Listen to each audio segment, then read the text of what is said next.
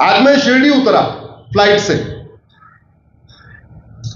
शिरडी का कहीं वेद पुराण में वर्णन है क्या? जोर से बोलिए जरा। नहीं। भगवत गीता रामायण में वर्णन है क्या? नहीं।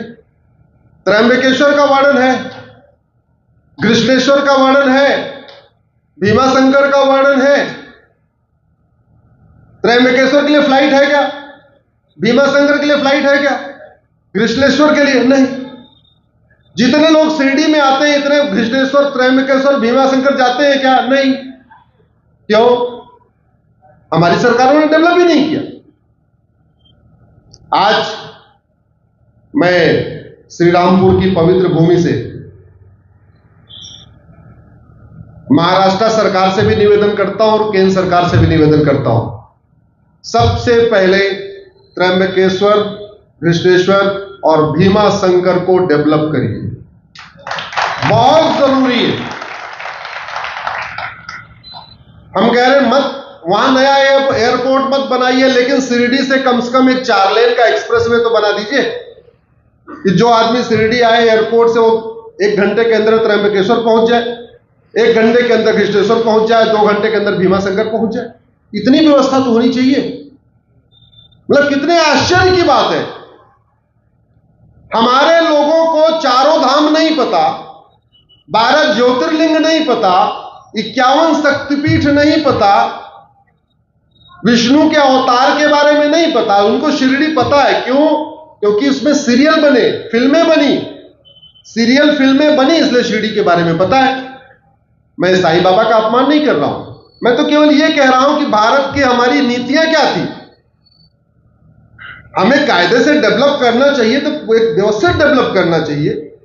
शिरडी में एयरपोर्ट बन रहा है तो शिरडी से एक 8 लेन का एक्सप्रेसवे त्र्यंबकेश्वर तक के लिए बनना चाहिए था। शिरडी से एक 8 लेन का भीमाशंकर बनना चाहिए। शिरडी एयरपोर्ट से कृष्णेश्वर के लिए भी 8 लेन बनना चाहिए। भाई वहां उतरे आदमी वहां पहुंच जाए। जो आदमी 2 दिन के लिए छुट्टी लेके आएगा शिरडी, 1 दिन और छुट्टी कर लेगा, कम से कम इसी बहाने पूरी परिक्रमा हो जाएगी, 3 हमारे ज्योतिर्लिंग का दर्शन कर लेगा। लेकिन इस पे कभी चर्चा ही नहीं हुई। अच्छा, इतनी सरकारें बनी आई गई, कितने आश्चर्य की बात है। देश 75 साल आजाद हो गया तो महाराष्ट्र में सरकारें बनी। महाराष्ट्र की सरकारों को शिरडी डेवलप करना याद आ गया, लेकिन त्र्यंबकेश्वर, भीमाशंकर डेवलप करना नहीं आया, जबकि ये तो हमारे 12 ज्योतिर्लिंग हैं। भारत की इकोनॉमी अगर हमें डेवलप करना है तो हमें एक भारत में धार्मिक अर्थव्यवस्था डेवलप करना हो। भगवान विष्णु के अवतार थे वामन। भगवान वामन जहां जहां गए हमने उसको डेवलप नहीं किया। ऐसे भारत में 10 स्थान हैं। भगवान विष्णु के अवतार थे भगवान परशुराम।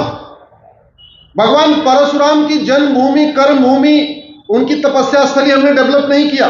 भारत में 60 ऐसे स्थान हैं जहां जहां भगवान परशुराम गुजरे, जहां जहां उन्होंने या तो युद्ध किया या उन्होंने अपनी तपस्या की।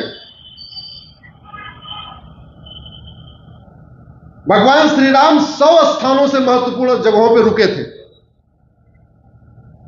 अभी वो 100 स्थान डेवलप नहीं हो पाए।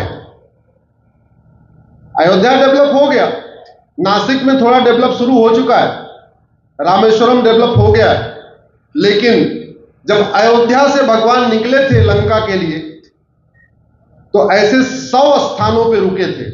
अगर वो 100 स्थान डेवलप कर दिया जाए तो हमारी इकोनॉमी बूम होगी कि नहीं होगी? जरा जोर से बताइए। होगी।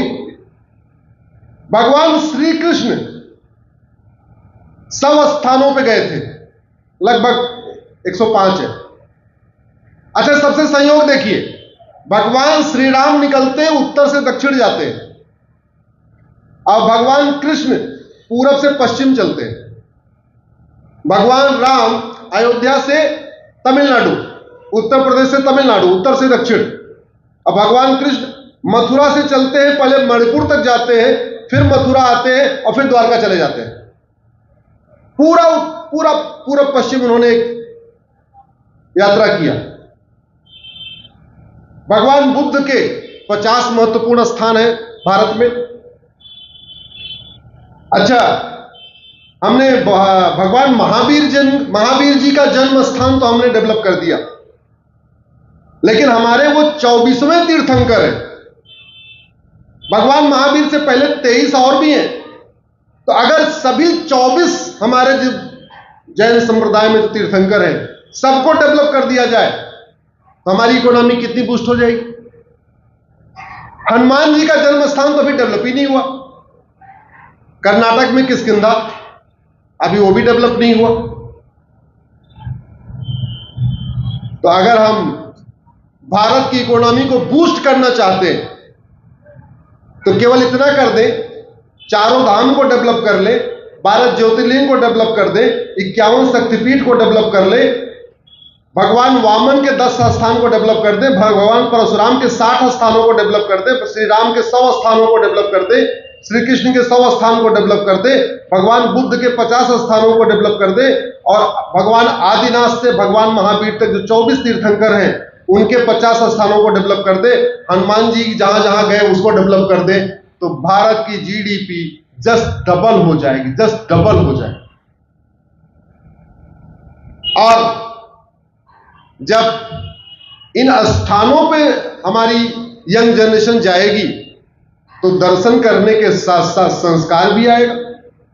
स्वाभाविक सी बात है, अगर राम से जुड़े स्थानों पे हमारी युवा पीढ़ी जाएगी तो राम के बारे में पढ़ेगी, राम के बारे में सोचेगी, कृष्ण के स्थान पे जाएगी तो कृष्ण के बारे में पढ़ेगी, सोचेगी। तो हमें व्यापार बढ़ाने के लिए कुछ नया नहीं करना, केवल और केवल भारत में जो प्रमुख हमारे धार्मिक स्थान हैं उनको डेवलप कर दिया जाए। भारत की जीडीपी बढ़ेगी, रोजगार बढ़ेगा, संस्कार बढ़ेगा, भारत की प्रथा बढ़ेगी, भारत की सोच बढ़ेगी, भारत के त्योहार भी बढ़ेंगे। इसलिए अब समय आ गया है कि भारत में 1 नेशन 1 टैक्स कोड के साथ साथ 1 नेशन 1 बिजनेस कोड भी लागू किया जाए।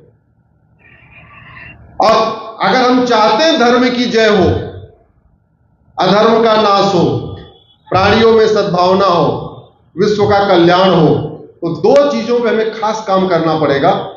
एक, हमारी अर्थव्यवस्था धार्मिक अर्थव्यवस्था हो, दूसरा अधर्म का नाश।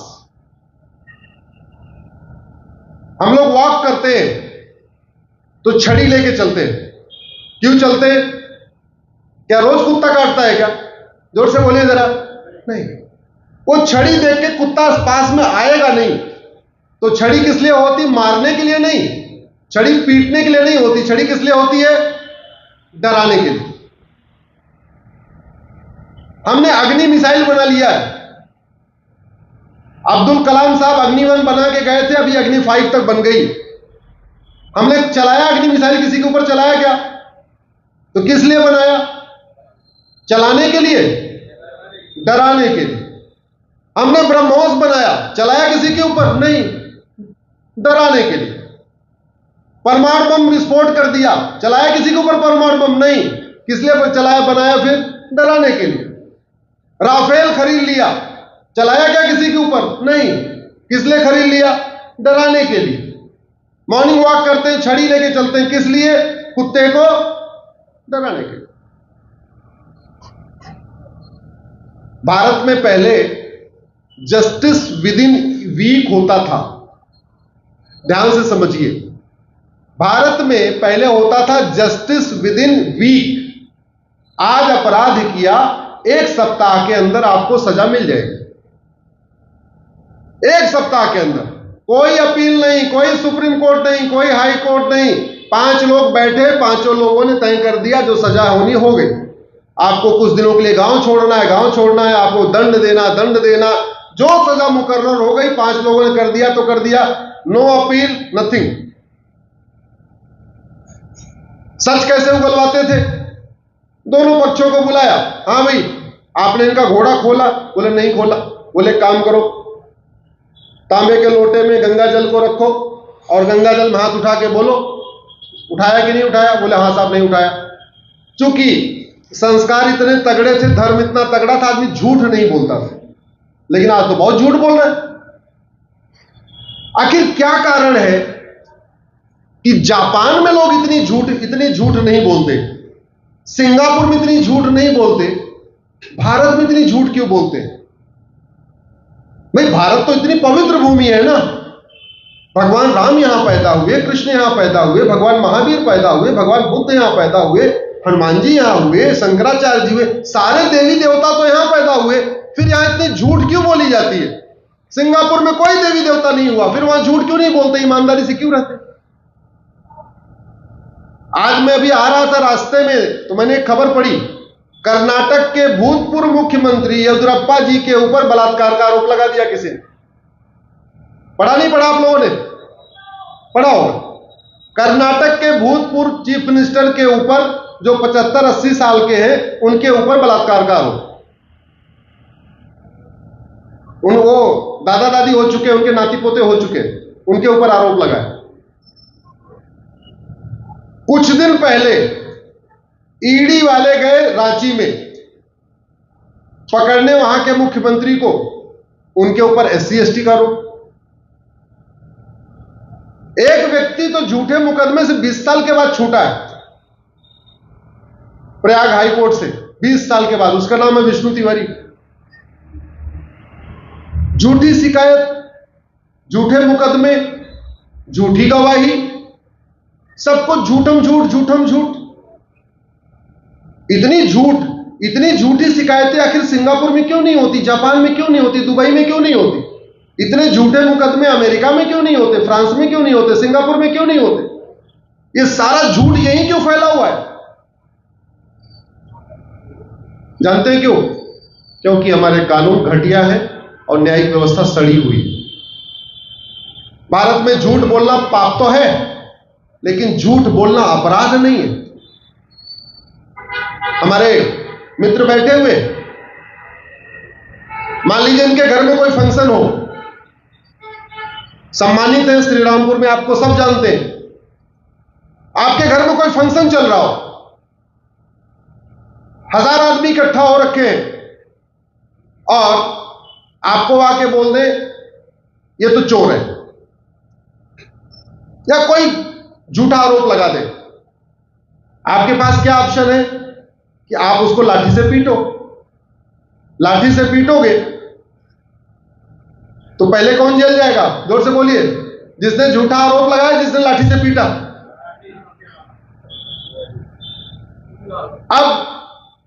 अब ये मुकदमा करेंगे उसके ऊपर मानहानि का। 15-20 साल आपके श्रीरामपुर के कोर्ट में चलेगा। अगर जीत गए तो यहां की हाई कोर्ट 10 साल, वहां से जीत गए तो सुप्रीम कोर्ट 10 साल। 30 से 40 साल में क्या सिद्ध होगा कि नहीं आप चोर नहीं थे?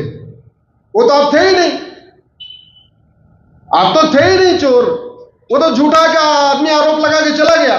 तो 30-40 साल पूरी मेहनत करने के बाद इन कोर्ट से इनको क्या मिला कि नहीं नहीं नहीं ये चोर नहीं है।